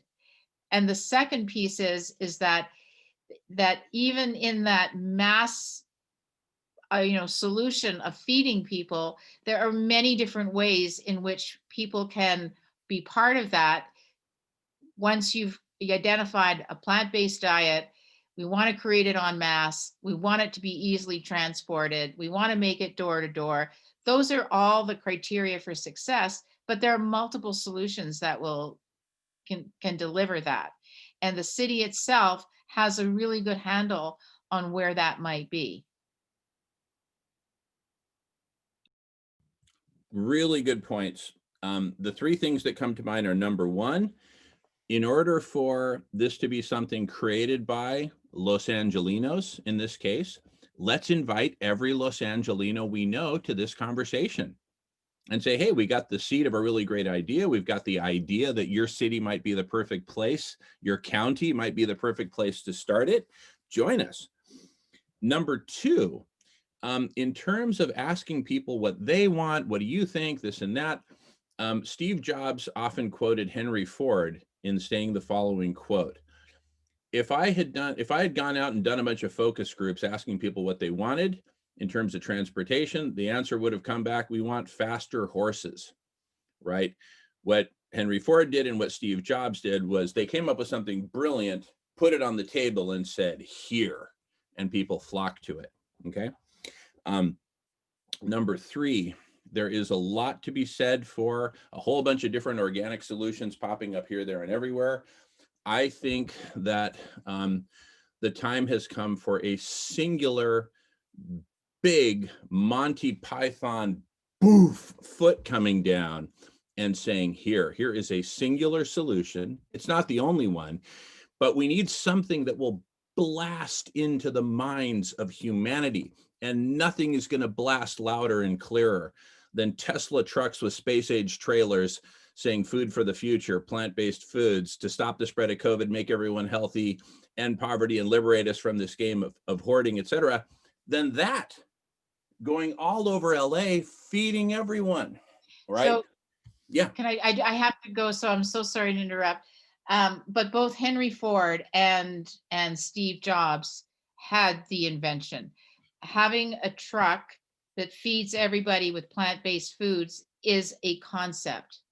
And so I'm simply teasing out that the concept requires further detail, because the first thing that anybody says who's going to fund something is, tell me how that's going to work. How are you going to cook that much food? Where are you going to grow this food? How is it going to be transported from where we are to the trucks? How many trucks do I need? I mean, I guess when I'm totally not into consulting for the sake of consulting. I'm not suggesting that at all, or engagement for the sake of engagement. If this is a true invention, then it needs more than a sketch on a piece of paper. It needs to have the other sketches underneath that allow it to be seen and understood in ways of the whole canvas being clear, the whole map about where this food is being grown, the map about how this food is being transported, the map of how the distribute. It's not at a detail level. It's at what I would call a detailed concept, right? As opposed to that has some of the dots filled in. So I agree with you. If this is the invention, let's just give more meat to the bone. Totally agree. And what I'm saying is, let's bring more people into the conversation so that we can do exactly what you're saying is missing, which is clearly missing, right? I'm not saying I've got all the detailed designs. I'm not claiming something that's not true. I'm saying, hey, we've got a concept here. And I think it is a concept with the potential to change the world very, very quickly. And leapfrog from one city to the next. So chop, let's get on it. Let's bring everyone here. We need all hands on deck. If 10,000 people poured into this room in the next 10 minutes, that would be a huge boon to this project, because then we divide everyone into breakout rooms and we get people working on different detailed designs supporting the concept. So we need all hands on deck, if indeed this is the right direction to head in. I haven't heard of a better direction to head in first, a better first step. If there is one out there, somebody tell me, right? But I think this is the best one. So let's get all hands on deck so we can do it.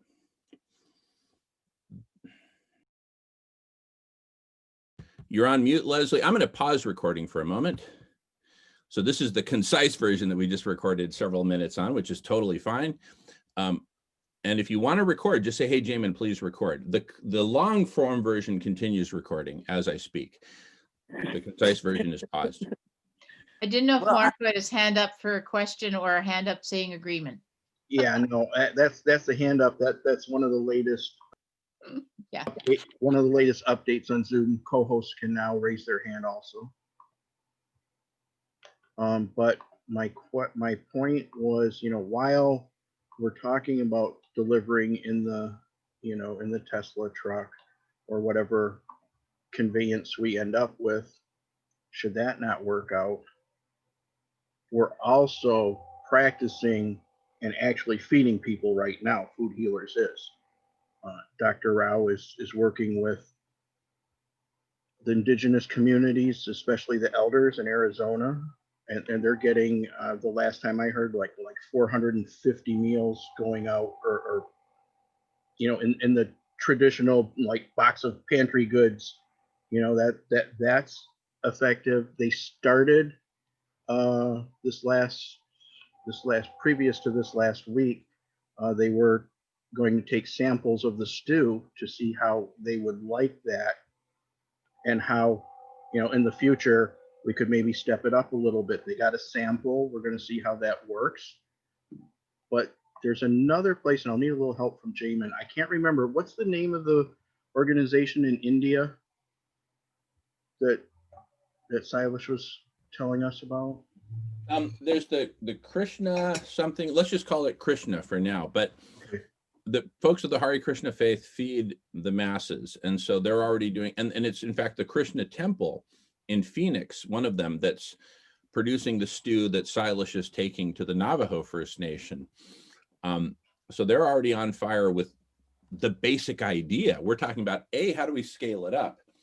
And B, how do we do an international launch in Los Angeles, the world's media center, to make this go wildfire, make this a conversation that everyone is talking about, agreeing with, disagreeing with, fine, but talking about. There's no such thing as negative publicity, Right. et cetera. Going on mute. Yeah, and the thing is, you know, when the Krishnas there in Arizona, you know, Silas talked about scale, and they said, well, we can cook 7,000 meals a day. And if we can put everything together here, they'll be glad to do it. So, you know, we've got that going on, and Jamen has started the food healers on Whidbey Island. So there are, you know, we're not just talking, we've got things that are working on in kind of the old paradigm, but we're moving towards, you know, a shift. So It's very powerful. And one of the things that Melanie said, you know Melanie, yes, our lovely lady Melanie. Yeah. One of the differences is that she knows when she goes to when she moves and she doesn't have access to food herself, that she will automatically be fed in her temple. And that's that in India, their temples are the food bank, you know, and they see that as part of their service to their humanity. So they're really skilled, as you say, in feeding masses. They understand, and of course it is a plant-based diet. So it is very much, there are models that are showing us the way to that essence. I agree with everything. I mean, I hope you're not taking away from my enthusiasm for the project with my questions. My questions are only for me to further understand sort of where the thinking has come from and where it is now, and therefore where it needs to go and how I can be of help. Beautiful, beautiful. Love it. That's totally clear. Love your participation. Keep it coming, including questions, including challenges, because that's how we're going to perfect this, is by asking questions and saying, hey, what about this? What about that? Have you thought about this? Have you thought about that? And as this thing evolves, I'm envisioning a network of conversations in myriad breakout rooms on this channel and in myriad other channels where different parts of it are being developed. So while people are developing certain parts of it and implementing parts of it, other people in other conversations can be challenging everything from the whole thing to it and its concept right down to its roots, to challenging specific aspects of it. So the work will continue while the challenges continue, and it all just creates this ecosystem of conversations. The net result of it will be the best possible solutions, plural, for feeding everyone, liberating ourselves from this all-day monopoly game. Yes, Leslie. So you were incredibly successful with the press conference, and I think that what you're saying about a network of conversations, you know, I think that when you're ready, and as sooner rather than later, creating an event that has this as the conversation.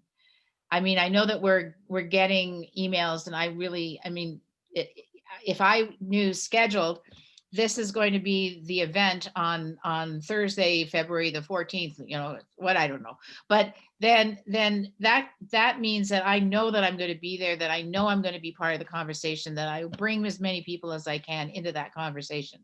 And so I think that when you're ready, you need to do what you do, which is magic, which is to gather people in a place at a time, keep it within a set time, and host the heck out of making this happen. And then say, okay, we have enough.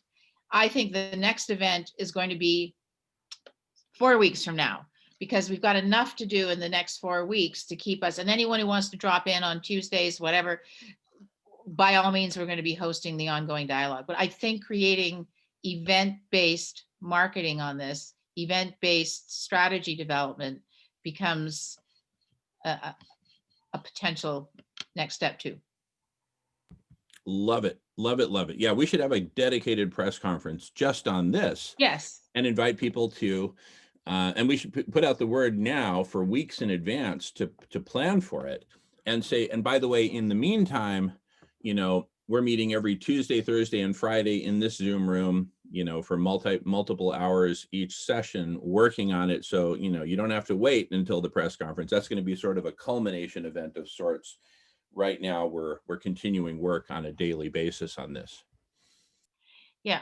And my brother-in-law is a NASCAR guy who's been building cars and racing cars for multiple years. So I will definitely reach out to him and see what connections he has. Oh, beautiful. See if he knows Leilani, the vegan NASCAR Okay. driver. So how do you spell her name? L-E-I. Yep. L-A-N-I. And in fact, here, let me just look it up on the web so I can get her last name. Leilani NASCAR vegan. Leilani Munter. Okay. Leilani Munter, M-U-N-T-E-R. Here, I'll put it in the chat. I'll put it in the chat.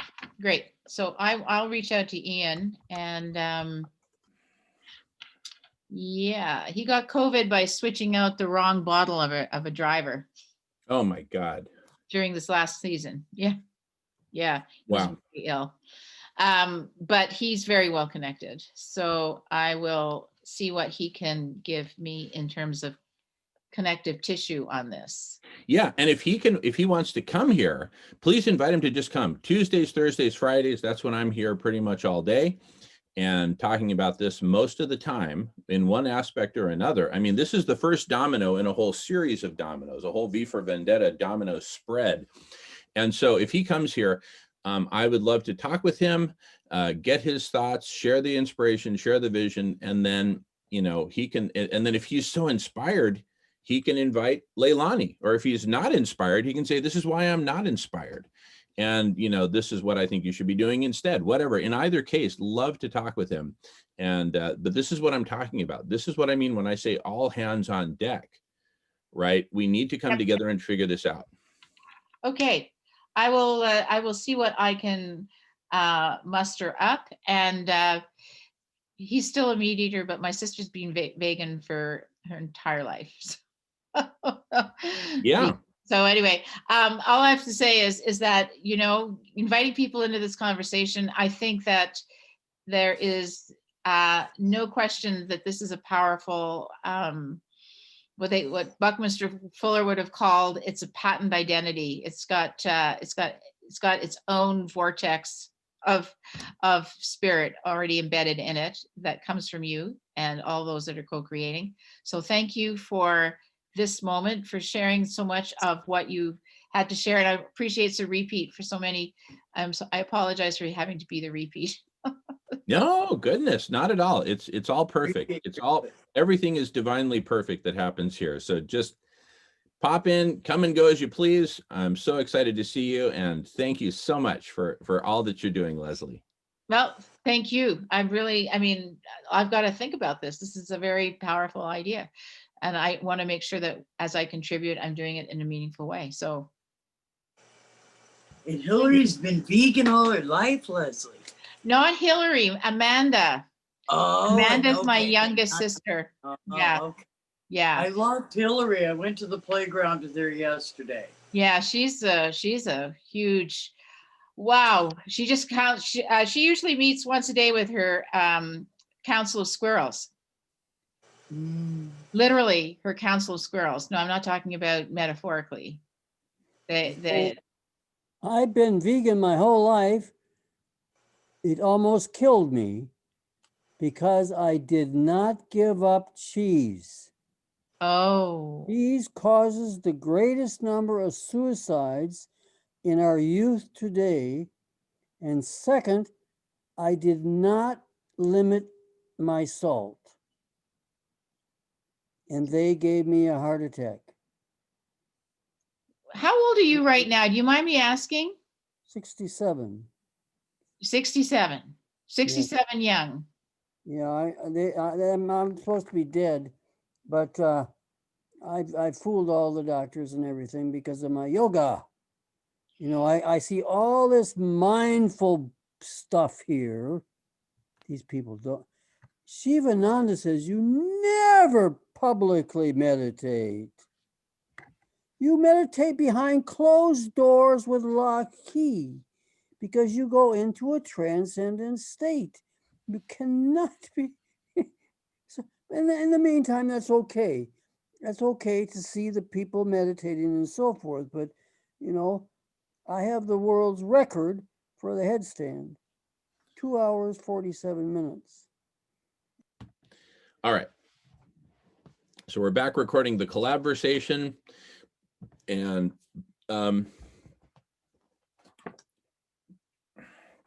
I would love to do a synthesis for the concise version.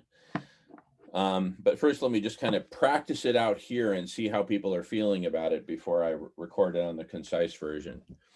Our single biggest issues that we need to confront: exponential planetary overheating, animal agriculture, and the all-day monopoly game that's got us blinded and brain damaged. And it's making it very, very hard for people to see the solutions that are right in front of us. And the single most powerful solution I see for addressing 2 out of those 3 pillars, and ultimately all 3, is food healers. Food healers will be the death blow to animal agriculture. It will be the death blow to the all-day monopoly game, because it'll show us that, yes, we can all be taken care of, not just the ones who win at the game of hoarding. And number 3, in liberating ourselves from the all-day monopoly game, we'll finally be able to see what's really going on, and that we need planetary scale solar radiation management to stop exponential planetary overheating and reverse it.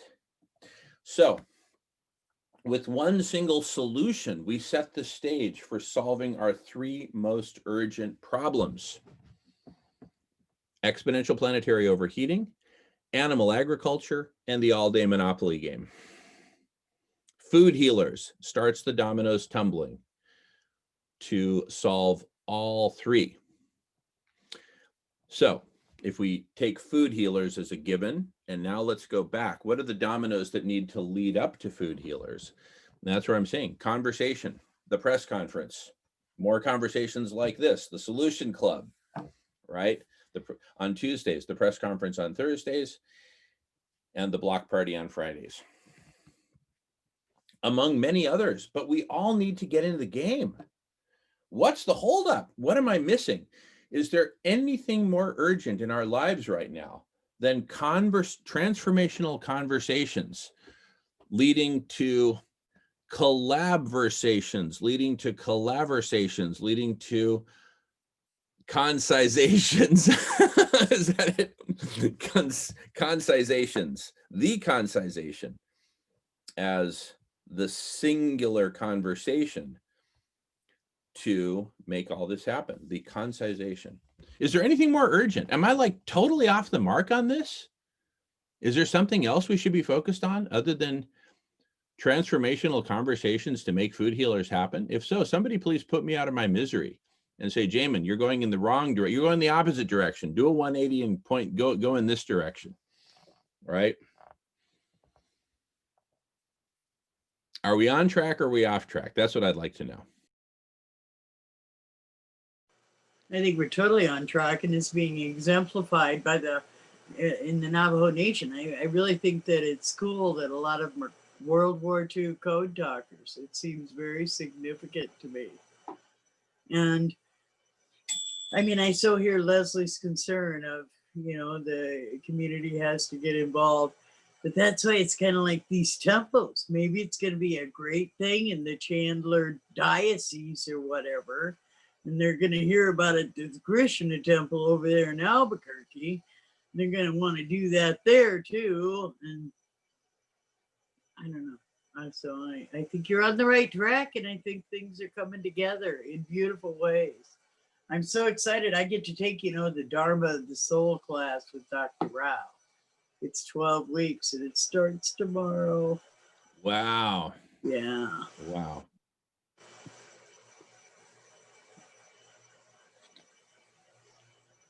So of course you're on the right track. And the other thing I notice about you, just you're this rare. I know a lot of brilliant nines, and I know a lot of beautiful hearts. They don't get put together very often. And what I really think that you just have brilliant visions, brother. And Dr. Rao has he really feels like he's got this climate healer team. I mean, they are there, whatever he's doing, man. They all, Chain Unchained and crew is right there. So I think you're building the army. Thank you. Thank you. Thank you. Yeah.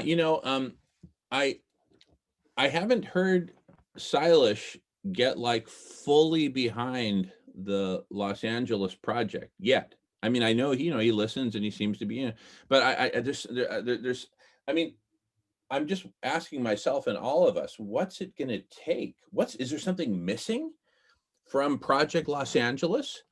As obviously, yes, we need more Los Angelinos on the case, and we need a bunch of pieces put together. But is the fundamental idea? Is it this is more of just a question to the universe, and to all of us, is there what's missing?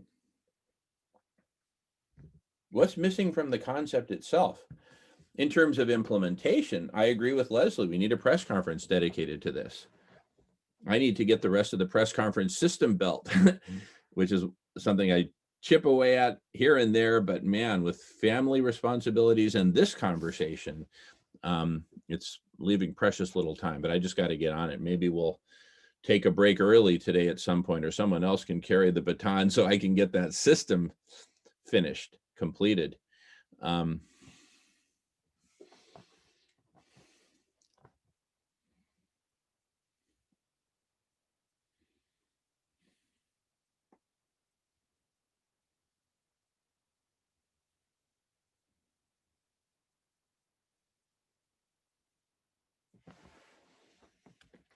You see, part of it for me is that I think another key missing piece to all this, in parallel with food healers, is precisely the network of conversations, the network of networks, where anyone can jump in wherever they're at. That's part of what I think made the press conference so successful, the one we kicked off in November, is that everyone was invited to come and not just listen, but share. What do you have to share? What great ideas do you have? What great projects are you working on that you'd like to invite others to join you on? What conversations are you having that you'd like to invite others to join you on? Right. And so through this dialectic of, hey, I get to speak and share. Wow, that's great. I feel heard. And let me listen to what others want to share too. We get this back and forth. And through this grand, pinball machine of bouncing off of each other and each other's ideas, I'm hoping that we will net out somewhere. And what I'm proposing that where we set as a goal is netting out with a concisation, which again could be a synthesis of multiple concisations. So whether multifaceted or single faceted or whatever, but we need a concisation, a concise conversation that can go viral around the world, that basically screams, this is it. Get on board. Join the benevolent revolution, the Lovolution. to save, heal, and transform life on Earth. And to bring us to this, as Shannon put it, this goal of global thriving for all of life.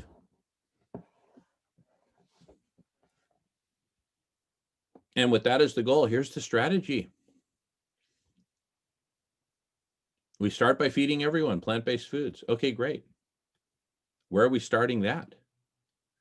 Well, it's been started here, there, and everywhere, but it's needing a global launch. It's needing a platform to blast into the minds of all of humanity.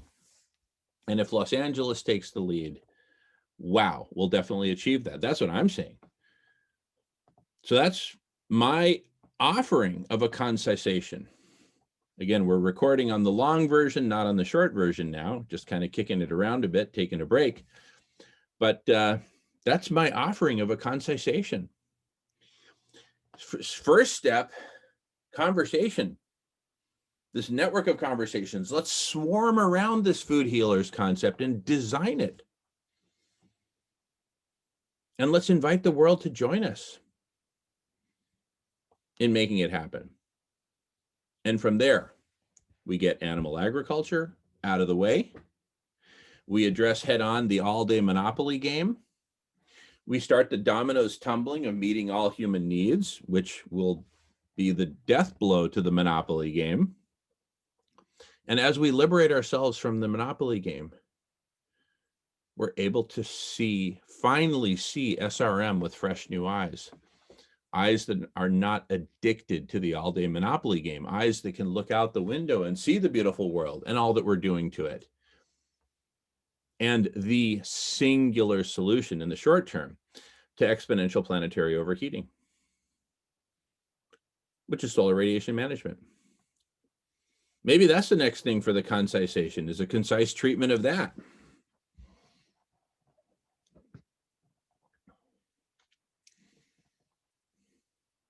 Go ahead, Kate. Good stuff. I promised Miss Amani I got to scooch on off. All right. Well, maybe let's all take a break now. I'd like to check in with my ladies, and I'm just going to pause all recordings now for the moment.